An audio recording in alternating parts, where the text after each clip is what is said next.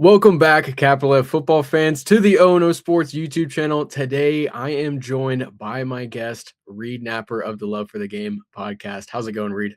Good, brother. Thank you for having me. Appreciate it. Today, we are doing every single Power 4 coach. We're rating them based on these tiers: elite, which is obviously the best of the best in the country; great, not quite elite; good, not quite great; mid, which means you're not awful, you're not the worst of the worst, but kind of hovering around bowl eligibility every year; and then bad, not a lot of winning doing in your tenure; and then, of course, new. I don't think it's fair to necessarily rate certain brand new coaches who have only been coordinators or haven't coached in the same kind of echelon as these other coaches. So certain coaches are going to go under new. That is the tier list. We're going to go through every single Power 4 coach, like I said, and we're going to give a few hot takes.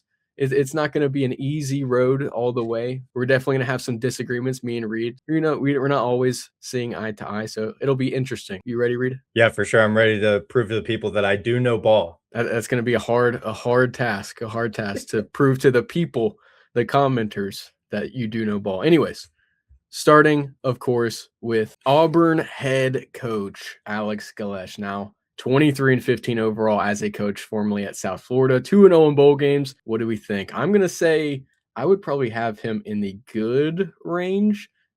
One very solid year at South Florida this past year.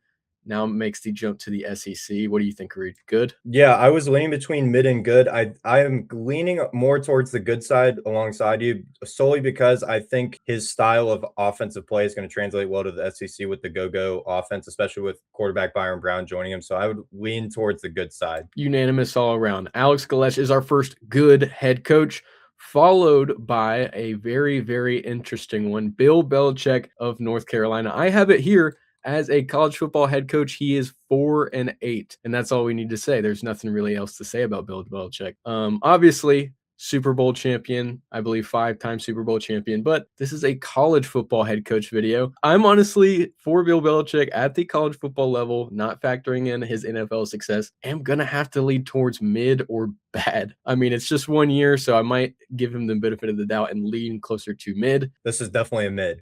Complete resume aside, we're solely basing this off his resume in North Carolina. If this year goes similar to 2025, he's definitely going in the bad category and potentially could be fired. So for now, we'll put him in mid, but it's definitely in a downward trajectory. Next, For sure. Brett Bielema of Illinois, now formerly of Wisconsin, formerly of Arkansas.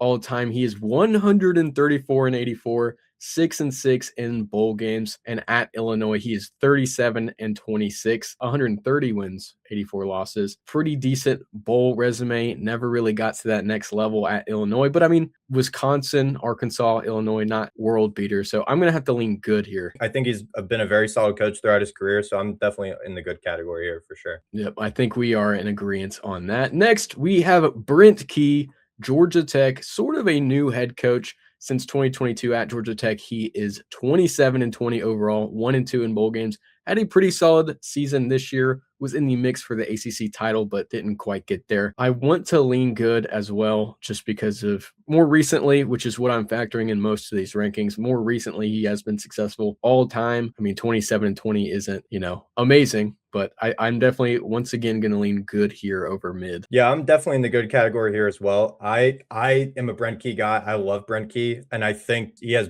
brought back that program from the dead, essentially. So I think he's a good coach. He was in conversations for other head coaching positions that were open this past cycle. So I definitely am leaning in the good category here. Next, we have Bill O'Brien of the Boston College Eagles. All-time 24-25, 0-1 in bowl games. At Boston College, 9-16, 0-1 in bowl games. This honestly is going to be another mid to bad head coach. All time, not the worst. I mean, 24-25, just barely below 500. Boston College isn't known for their perennial success as a college football team, but 9-16, 0-1 in bowl games. Reed, you're going to have to help me out here. I'm not sure. I am leaning bad here. Now, if we look at Bill O'Brien's career as a whole in college, it's not terrible. If you consider Penn State and then Boston College, his whole career is pretty good between the NFL and college, but strictly based on the current moment, he's a bad head coach. And especially with the players that left Boston College in this past portal cycle, it's definitely going to be an uphill battle going into 2026. So I'm leaning on the bad side here. I wouldn't be surprised if he's one of the first coaches fired in the next cycle. Bill O'Brien, officially our first bad head coach. And next, it is Brent Venables of Oklahoma. This is the first fringe great head coach, 32-20 at Oklahoma, 0-4 in bowl games, 0-1 in the college football playoff. I would say great, but he has had a couple of down years mixed in with a couple of great years. Did make the college football playoff this year. Definitely leaning good to great. I would probably say great just because they've been in the mix for the SEC title a couple years. Obviously, 2023, 2021, I believe they didn't have great seasons, finished below 500 in both of those seasons. I am curious to hear Reed. What do you think? I'm actually leaning closer to good, but at like the very top of the good section, just solely because his early years in the SEC have been a struggle aside from this past season where he obviously made the playoff. I think he's back on an upward trajectory and he's right on the edge of good to great. And I think this next season will solely put him in the great category. So I'm leaning towards good at the moment. Yep. He's definitely one of those coaches where if there was a tier in between good and great, easy lock, in my opinion. Yes. Great. I think you might have a point with the great. He might be at the top of good just because some of the great coaches, they have definitely separated themselves as great rather than good. So I think once again, we're going to have to go good here. Although fringe great, our first fringe great head coach of this video. And next, it is Curt Cignetti. I don't know if you've heard of this guy. Indiana head coach the past 2 seasons. In those 2 seasons, they are 27-2. They won the national championship this year. They won the Big Ten championship this year. And in his entirety of his FBS coaching career, he's 46-6, 3-1 in bowls, and 3-1 in the college football playoff. He's a 2-time AP Coach of the Year, 2-time Big Ten Coach of the Year, and like I said, a Big Ten champion and a college football playoff national championship.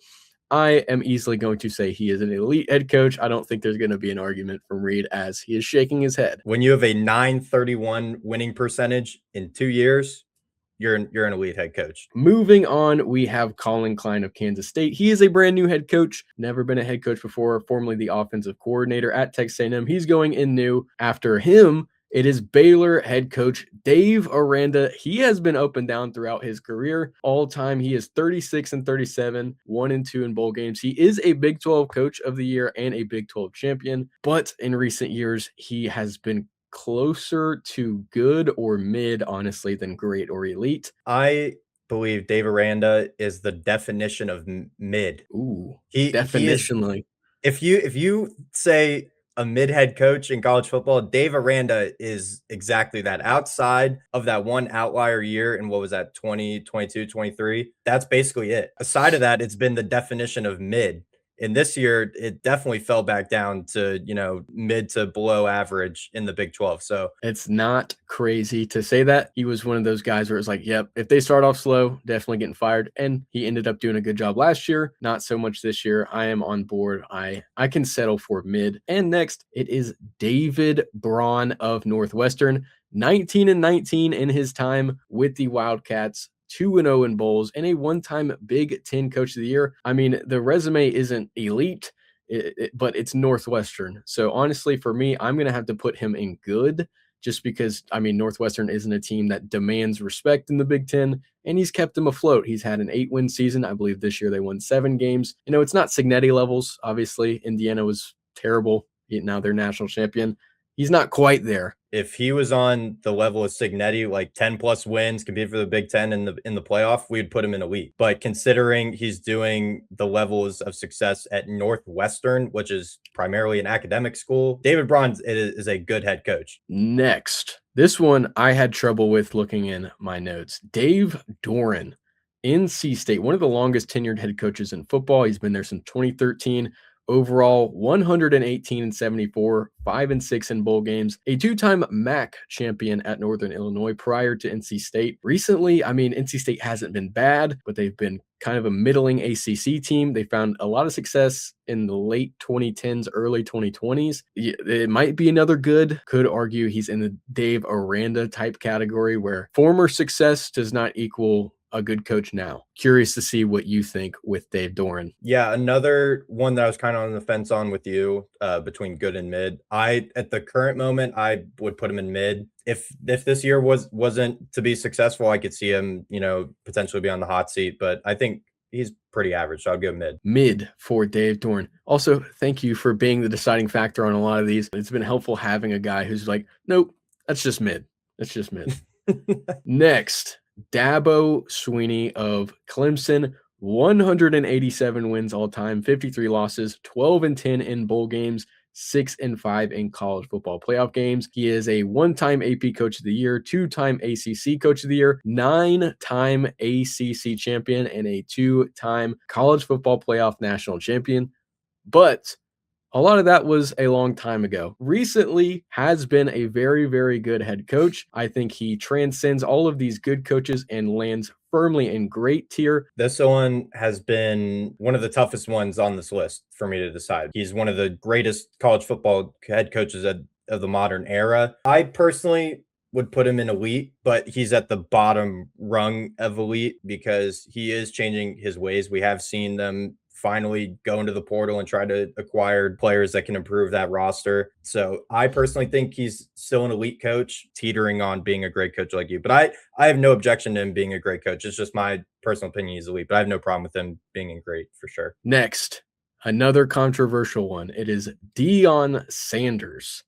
Deion Sanders is 16-21 in 3 seasons at Colorado, 0-1 in bowl games. And in 2024, they were very good. They went to the Alamo Bowl and lost, but they had Travis Hunter, who was a Heisman contender, Shedeur Sanders, who was fringe Heisman. Honestly, leaning mid or bad, though, just because not a great overall record, not a lot of success outside of that 1 year with a Heisman Trophy winner and an NFL quarterback now in Shedeur. I think Deion, has the pedigree of not only a player, but he's carried that now as a coach to be someone to persuade high level talent to follow him. But based on only his success at Colorado, I think he's a mid coach at the moment. Outside the one season where he had 2 of the best players in the country, it's been pretty lackluster. So I'm gonna have to go mid. There it is, mid. Deion Sanders. You can print it. Deion Sanders is mid, according to Reed Napper. Clip it.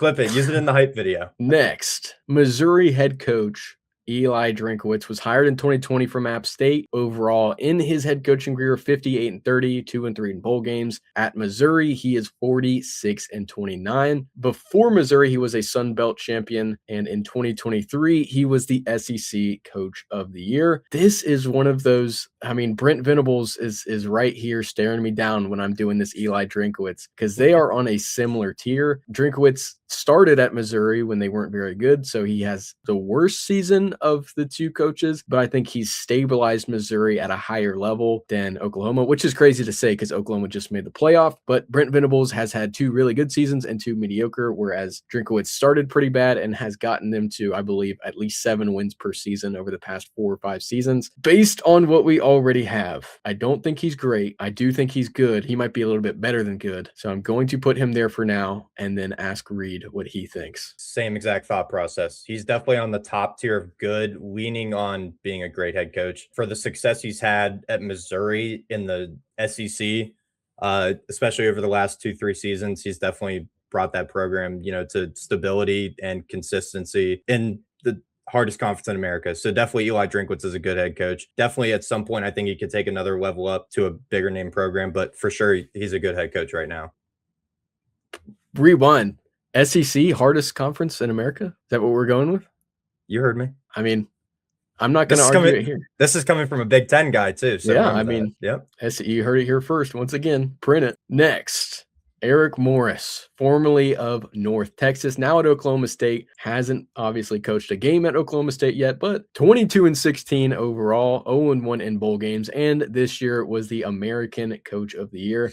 I think this is an easy good. A lot of success this year. They bring in Drew Mestemaker to Oklahoma State. I think North Texas started off a little bit slow, but really kicked it into gear this year. That offense looked great. Yep, I think Eric Morris is good. Definitely Eric Morris is a good head coach. Similar style to Alex Golesh offensively, runs a go-go offense. Must-watch offensive football. It's honestly amazing to watch because the shots that they take, their efficiency, just great offensive football to watch. And I think he should get a lot more credit for his talent evaluation. Messamaker, Caleb Hawkins, Wyatt Young at receiver, that all have followed him to Oklahoma State. So definitely all categories that I'm evaluating, Eric Morris is a good head coach for sure. After him, Jeff Brom of Louisville, 94 and 56 all time. He started at Louisville in 2023. Before that at Purdue, 36 and 34 all time, and then Western Kentucky, 30 and 10. He's 7 and 2 in bowl games. I think he's one of the more underrated coaches in football, honestly.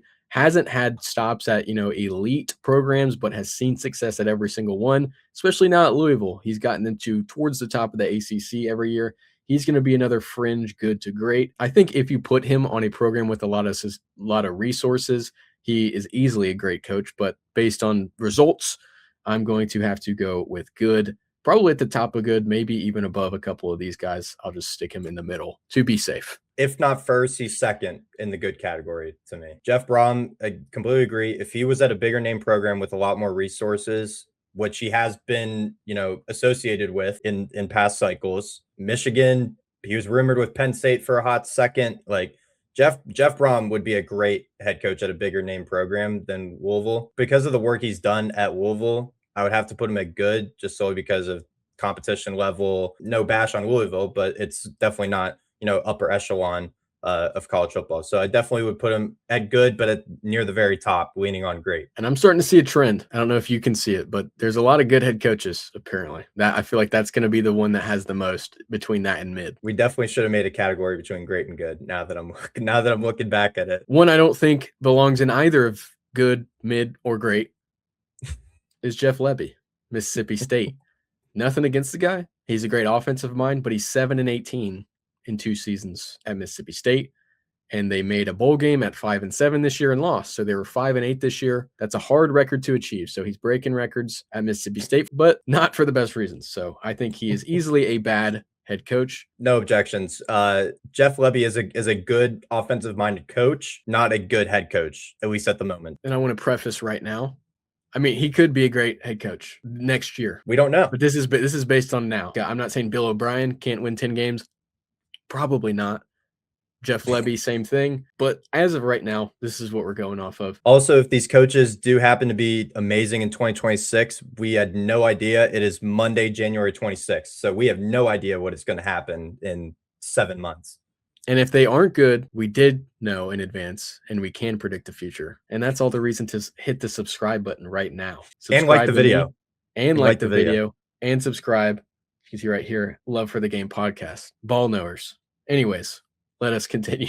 Jake Dickert, Wake Forest. He started this season. They went 9 and 4. To my shock, to I think most people's shocks, they won 9 games. Previously at Washington State, went 23 and 20, 32 and 24 overall, 1 and 2 in bowl games. Another one of those between mid and good. I think just for the job he's done at Wake Forest alone, probably a good tier head coach. Before him, it was Dave Clawson, who was there for like 100 years and went 500. If he can win 9 games a year at Wake Forest, he's easily a great head coach, in my opinion. He's definitely on the bottom tier of good, just solely because he has only been at Wake Forest for such a short time.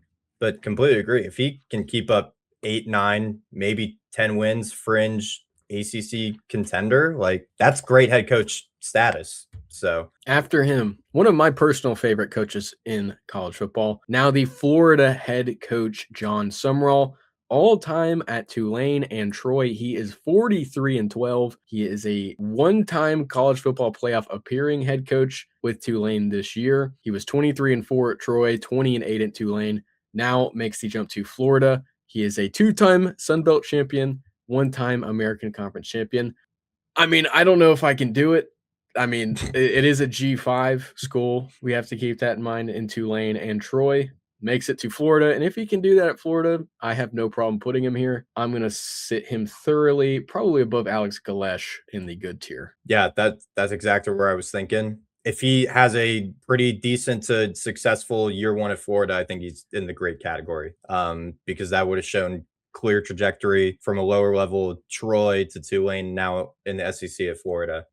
He's definitely on the higher tier of good for sure. Would have been in that tier between great and good for sure. Next, it's going to be another one of those guys, unfortunately. Kenny Dillingham. I feel like it's another one of those in between. I think college football playoff appearing head coach, 22-17 overall. Doesn't sound super pretty. 0-2 in bowl games doesn't either. They did obviously make the playoff. He's a one-time Big 12 Coach of the Year, one-time Big 12 champion. 3 seasons, he's gotten there. He's gotten to the top of the mountain in the Big 12. I'm okay with this. Thank you for that. Okay, yeah, Yep. I'm okay with that. Yeah, Kenny's a great head coach solely because one, that 2024 success was unbelievable. Got picked last to finish in the conference, ended up winning the conference. Went 3-9 the year before. Unbelievable turnaround. 2025, I give him even more credit for this past season, just solely based on all the injuries that he had. That's true. A lot of injuries. His starting quarterback goes down, of numerous defensive injuries that, were at times costly, but 8-5. No, I don't know the record off the top of my head, but to be able to have that success with the number of injuries that they had at the times in the season that they had him, he's a great head coach. Now, I think obviously he can fluctuate here. He's on the edge of great and good, like we said, but at the moment, I love Kenny Dillingham, and I think he's a great head coach. Next, it is Kirk Ferentz. In my opinion, probably the goodest head coach I've ever seen. Hasn't really ascended to, they were a 2-time Big Ten champion, I believe, in the very early 2000s. 200 wins all time, which I believe is the most of any coach, but he's been coaching for 100 years. So I think he is firmly in good, probably definitely above Brett Bielema, probably above a lot of these guys. Currently, their 7-8 win team Iowa is every single year. Good. Keep the hands clean. Don't have to do any dirty work. Good.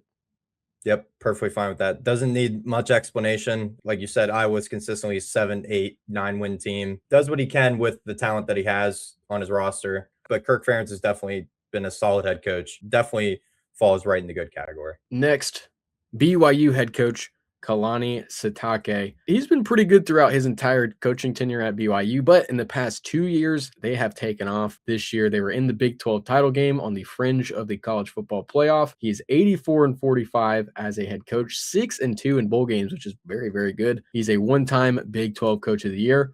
I don't think he is great. So I think once again, he's going to fall somewhere in the good range. And now we have, look at that, 2 rows of good head coaches. I'm going to put him probably above Kirk Ferentz just because of more recent success. See, I'm not going to argue the good category because he was obviously between good and great, but I just want your thoughts on why he isn't a great coach. Because I had him in great. That's fair. I just, like I said, he's on the fringe. Had he made the playoff this year, they did make the Big 12 championship. Had they won the Big 12 championship this year, I think it's probably indisputable that he's a great head coach. Yeah. But I think he's just, and he could get it next year. If we go 3 straight years, definitely goes great for sure. And I think he definitely should get a lot more credit than he does, just solely because BYU has a very limited roster pool selection because you have to be a Mormon. So I personally think he's done a really good job. He's definitely, again, on the fringe, like a lot of the coaches we've talked about. Next, Kirby Smart. 2-time national champion, 4-time SEC champion, 117-21 all time. I don't think there's really an argument. Elite head coach. Yep. Next one. Don't need to Next one. Don't need to talk about this one. Michigan head coach Kyle Whittingham. He was at Utah for 27 years, I think, 25, 26, something like that. 177-88. He is 11-6 in bowl games, and he is a 2-time former Pac-12 Coach of the Year. Great. I would say probably a great head coach. Yeah. Definitely is above Kenny and definitely firmly in the great category. The fact that Michigan backdoored their way. Now, let me preface this. Based on everything that happened, to upgrade to Kyle Whittingham is unbelievable. So Michigan, you got a great head coach now. He is a very firm track record of success at Utah, which between the Pac-12 and now in the Big 12, walked into the Big 12 and had immediate success. So after Kyle Whittingham, it is Lance Leipold of Kansas. Now, for the viewers at home, Kansas is traditionally terrible. the same way Indiana was before Curt Cignetti. This guy was kind of the Curt Cignetti before Curt Cignetti, although instead of becoming a national champion, they won 7 games, which was like unforeseen. Nobody could really see that coming. Lance Leipold, this guru, somehow turns poverty Kansas into a winning team. He's been on the fringe of that every single year, some down years. I mean, it's Kansas, some above 500 years. I'm willing to put him in mid. I think that is where probably he belongs. Not a great head coach, but he's at Kansas, so you can't really judge him for performing low because that's their expectation. They aim low every single year. They might win 7, 8 games in a season, but other than that, I don't think he is great or good even. Lance Leipold, similar to Dave Aranda, if you say mid head college football coach, Lance Leipold is the definition of mid. In the famous words of Baker Mayfield, go cheer on basketball. You're a Kansas fan. Lance Leipold, nothing against the man. He's probably a great dude. You're just an average head coach. I think the next coach needs no introduction. But to introduce Mario Cristobal, he is a national championship runner-up this year. They didn't win the ACC. Obviously, they made the playoff. They won 3 playoff games this year. Overall, in his coaching career, he is 97-79, which was a surprise when I looked into that because that doesn't sound good. But when you realize he took over a bad Miami team, had some mediocre seasons at Oregon before breaking out, I think it makes sense. He's 6-6 in bowl games at Miami over the past, I believe, 5 seasons. He is 35-19. Obviously, this year they make the national championship game. I think things are trending up very, very well under Cristobal. I think I'm willing to put him as the second great head coach. You can make an argument for lower, but I think he's solidified in great. This was the one I had the longest debate about in my head, just solely because you said it. Track record at Oregon wasn't the best. Takes over Miami and has slowly ascended. Hasn't reached success in the conference, but obviously makes a national championship in Miami's first season ever in the playoff. I would put him below Whittingham, but he's in the great category. He's above Kenny. He's below Whittingham, but Mario Cristobal is a great head coach. Next, who Mario Cristobal ironically succeeded, Manny Diaz, Duke head coach. To me, he's good. I mean, they won the ACC this year. That's something Mario Cristobal can't say. But overall, Manny Diaz 39-24. At Miami, he was 21-15, and at Duke, he is 18-9. That's pretty good.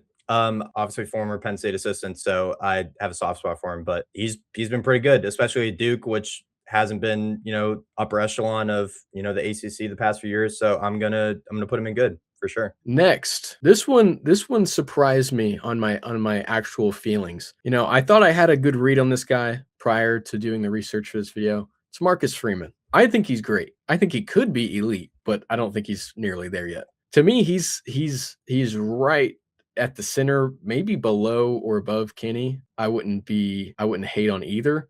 I mean, Notre Dame has been very, very good ever since he took over. They've been very, very good for a while, but it feels like they're kind of leveling out at a higher level than they were with Brian Kelly before him. 43-12, obviously, since he took over. 5-2 in bowl games, 3-1 in the college football playoff, and they made the championship game last year. Obviously lost to Ohio State, but to me, he's great. Very solidly a great coach, Marcus Freeman.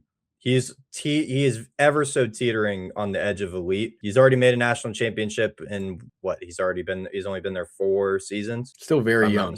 Very young head coach. Rumored with a bunch of other jobs, also NFL related jobs. So Marcus Freeman is very, very solidly a great coach. Do we think he's better than Whittingham? After thinking about it, I think I might have him above Mario. He's definitely above Mario. Whittingham, I think at the moment is still solidly in that top 4. Freeman is probably 5. Yeah, he's probably the 3rd great head coach. Next, Mike Locksley of Maryland. And just to be blunt, I'm sorry, Mike, if you're watching this. Like Reed has said about some other head coaches, I think Lance Leipold, probably a really good dude. I don't know how you still have a head coaching job, to be honest. 39-75 overall as a head coach. Surprisingly, 3-0 in bowl games, so you got that going for you. Undefeated. At New Mexico a while ago in the early 2010s, he was 2-26 in 2 years.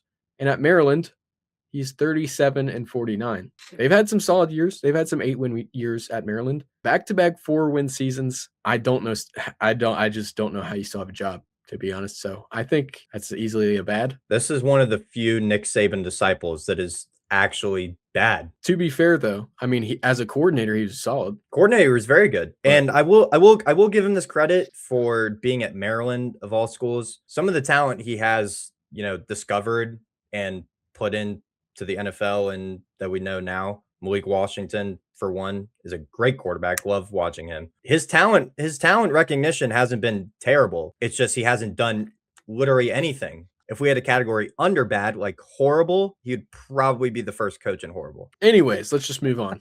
We've dogged on him, piled on him. No, okay. Mike Norvell, Yep. Florida State. This is one of the hardest ones in my opinion. You could argue great. Not over the past 2 years, he hasn't been, but I mean, they won the ACC at Memphis. He was very, very good. Arguably should have been a playoff team a couple years ago. Could have done something in the playoff a couple years ago. 38-34 at Florida State. But like I said, they won the ACC. There's such a range with this guy. You could say great. I would disagree, but you could say great just because they've actually reached that level, or you could say mid. There's an argument for both. So I'm going to have to put him good. Where in good? I think you could argue he's a lot worse or a lot better than a lot of these guys. Like none of these guys have gotten, I mean, other than Manny Diaz won the ACC, but they won 7 games. Shout out to the Florida State fans on Twitter because they're going to eat this up. Mike Norvell is probably at the bottom of good. I don't necessarily disagree. At the bottom. Okay, he's at least around the Brent Key, Manny Diaz range. At least down there. Mike Norvell has 2 good years at Florida State. 10-3, and then undefeated. The 13-win season. Yeah, undefeated, so, and then half their team left and they lost. Yeah, like 60. Yeah, of the coaches we've gone through so far, one of the biggest downward trajectories of any head coach. He's been on the hot seat for over a year now. I personally think they should have let go of him, but then again, that buyout is ridiculous. Yeah. But we're not. That's a completely separate topic. Mike Norvell is in the bottom third of good. Next, it's going to be Nebraska head coach Matt Rhule. All time 66-62, at Temple 28-23, at Baylor 19-20, and at Nebraska in 3 seasons he's 19-19. Formerly an American champion and a Big 12 Coach of the Year. This is a tough one because there is a lot to dig up under the surface of Matt Rhule. Obviously, just based on stats alone, probably easily a mid head coach. However, if you look at what he's taken over at these schools, you could argue being able to reach the heights that he has at a Temple, who was pretty bad before him, at a Baylor, who was, borderline death penaltied before he got there, and Nebraska, who sustained the worst 10 seasons as a program in its history before him. You could argue good at the lower end of good, which is probably what I would say, or you could argue mid if you don't really care about the underlying, reasons why his record is historically not that great. I would put him at the top of mid just solely because I am basing it off the records that he does have. Now, the year 3 Matt Rhule is not a rumor. That was legit. Didn't apply to Nebraska this year, but he has shown at his previous stops to have continued sustained success in building programs. So I think it's just taking longer at Nebraska, again, which is the hardest stop he's been at the college level. So I think he's at the very top of mid. He's leaning on good. If Nebraska can be in that upper tier of Big Ten teams, say like an 8-win season, I think he can jump into the good category. Now, you might claim bias, but I'm going to have to overrule you here. No pun intended. That's overruled. And I'll put him at the bottom of good. Next, formerly a Northwestern head coach, now a Michigan State head coach, it is Pat Fitzgerald. All time, he is 110 and 101, 5-5 in bowl games. No real achievements other than that. He was at Northwestern, which we've talked about a number of times in this video, not necessarily known for being super good. I would say he's once again in the kind of Matt Rhule range, where he's probably a little bit better overall, considering he was at Northwestern for his entire career and he was able to succeed to a moderate extent. You could argue mid. I'm not sure what your argument is, but he's once again in this middle range, I think. I think he's in mid for now. He has been out of coaching for a few years now, but if we do take into account his success at Northwestern, he definitely overachieved with what he had. So I think he's firmly in the mid category, and we'll see how it goes at Michigan State. Next, Pete Golding. Now, do we put him at new? Technically, he has been a head coach. Technically, he's a playoff winning head coach. Is he elite? No, obviously not.